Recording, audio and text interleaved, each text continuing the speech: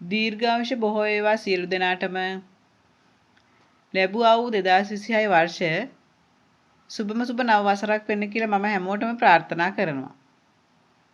ඔබ තවමත් මාගේ channel එක subscribe කර නැතිනම් ඒ subscribe කර මෙවැනි වටිනා වීඩියෝ නිරන්තරයෙන්ම ලබා ගැනීම සඳහා රැඳී සිටින්න කියලා මා ඉල්ලා සිටිනවා. අද අපි කතා කරමු රාශි චක්‍රයේ 12 වෙනි රාශිය වන මීන රාශිය පිළිබඳව. එහෙම නැත්නම් මීන ලග්නය පිළිබඳව.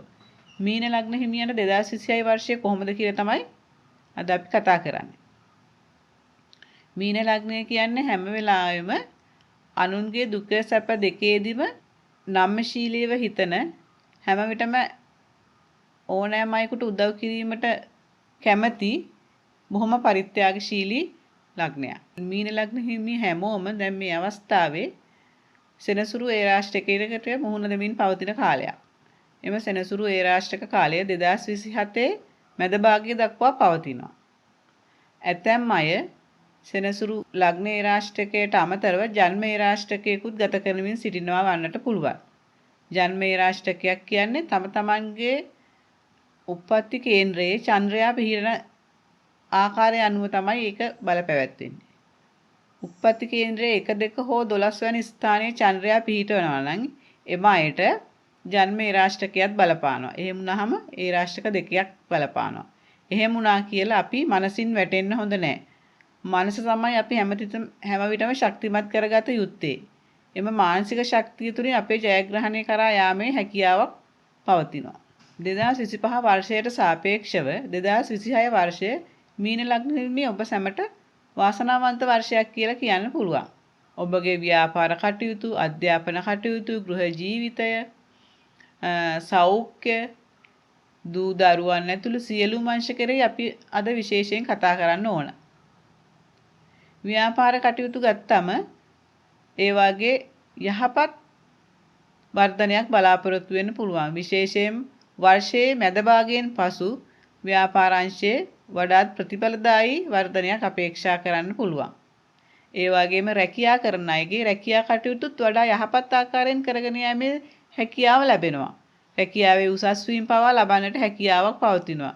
සුළු සුළු බාධක මැද වුවත් තමන්ගේ රැකියාවේ කටයුතු යහපත් ආකාරයෙන් කරගෙන යාමේ හැකියාවක් පවතිනවා. ඒ වගේම අධ්‍යාපන කටයුතුත් එහෙමයි. අධ්‍යාපන කටයුතු වඩාත් සාර්ථකව කරගෙන යාමේ හැකියාවක් පවතිනවා. ඒ වගේම විදේශගත වීමට බලාපොරොත්තු වන අය සිටීනම් විදේශගත වීමේ වාසනාවකුත් මේ වර්ෂයේ පෙන්눔 කරනවා. වසරේ මැද භාගයෙන් පසු ඒ වගේ වඩාත් යහපත් ප්‍රතිඵල බලාපොරොත්තු විය හැකියි. ඒ වගේම ගෘහ ජීවිතය කියන එකත් වඩාත් සාමකාමී අයුරින් යහපත් ආකාරයෙන් ගත කිරීමේ හැකියාවක් පෙන්눔 කරනවා. ව්‍යාපාර කටයුතු ගත්තම කලා ශාස්ත්‍රය, sannivedana ශාස්ත්‍රය, තොරතුරු තාක්ෂණ ශාස්ත්‍රය, ඒ වගේම වෙනත් වෙළඳ ව්‍යාපාර කටයුතු වගේ පැති වලින් ඔබගේ ජයග්‍රහණය ලබා ගන්න පුළුවන් කියලා පෙන්눔 කරනවා. ඊට අමතරව කෘෂිකාර්මික ශාස්ත්‍රය, ඉඩකඩම් වලින් ලෝහමය ලැබීම, එහෙම නැත්නම් මහ පොළවෙන් ලෝහමය ලැබීම පෙන්눔 කරනවා. ඒ කියන්නේ මැණික් වගේ දේවල් වලින් ලැබීමක් ඔබට මේ වර්ෂයේ පෙන්눔 කරනවා. ඒ සඳහා උත්සාහ කරන්න කියලා මම ඔබගෙන් ඉල්ලා සිටිනවා. ආදායම් තත්ත්වයේ වර්ධනයක් වෙනවා කියලා කියන්න පුළුවන්. දෙකාධිපති කුජ 10 වෙනිනේ ගමන් කරන නිසා. ඒ වගේම රාහු 12 වෙනිනේ ගමන් කරන නිසා වියදම් පාර්ශවයේ වැඩිවීමකුත් පෙන්눔 කරනවා. ගුරුගේ බලපෑම වැඩි නිසා අධ්‍යාපන කටයුතු වල වැඩිවීමක් පෙන්눔 කරනවා කියලා කියන්න පුළුවන්. 6 වෙනිනේ කේතු ග්‍රහයා ගමන් කරන බැවින් සෞඛ්‍ය තත්ත්වයේ පිරිහීමක් තියෙනවා. ඒ ගැන සැලකිලිමත් වෙන්න කියලා කියනවා. බොහෝ විට උදරාබාධ, ගර්භාෂය ආශ්‍රිත රෝග, ආමාශයගත රෝග, සෙම් රෝග වැනි දේවල් වල යම් යම් අයහපත් බලපෑම් ඇති විය හැකියි.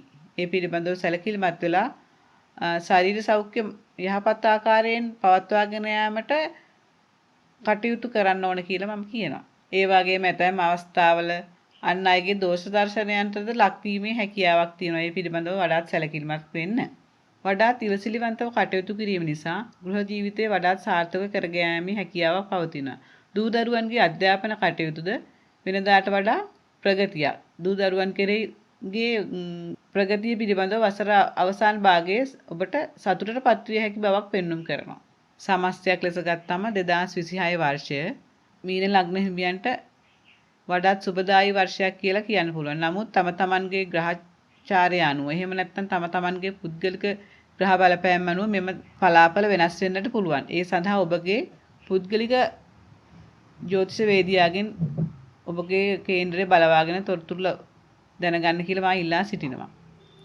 මෙය මීන ලග්නය පිළිබඳව පොදු විග්‍රහයක් පමණයි. මීන ලග්න හිමියන්ගේ ජය අංක වෙන්නේ අංක 3 සහ 9.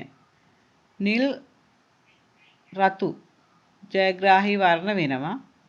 සඳුදා බ්‍රහස්පතින්දා සෙනසුරාදා ජයග්‍රාහී දවස් කියලා කියන්න පුළුවන්.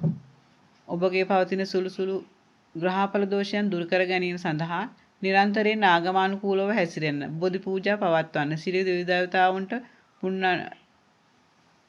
පින් අනුමෝදන් කරන්න, දුගී මගී යාචකාදීන්ට හැකි පමණින් උදව් උපකාර කරන්න. පවතින ඒ රාෂ්ටක තත්වයන් හමුවේ මනසින් නොවැටි ඒවා ජයග්‍රහණය කළ අභියෝග ජයග්‍රහණය කළ ජීවිතය ඉදිරියටම ගෙන යන්න 2026 වර්ෂයේ ඔබට හැකියාව ලැබෙන්න කියලා අවසාන වශයෙන් මම ප්‍රාර්ථනා කරනවා. ඒ වගේම ඔබ තවමත් මගේ YouTube channel subscribe කර නැමැතිනම් subscribe කරන්න කියලාත් මම ඉල්ලා සිටිනවා. සියලුම මීන ලග්න හිමියනි ඔබට ජයග්‍රාහී වර්ෂයක් වේවා. යහපතක්ම වේවා. යහපත් බලාපොරොත්තු ඉෂ්ට සිද්ධ වන සුබ නව වසරක් වේවා.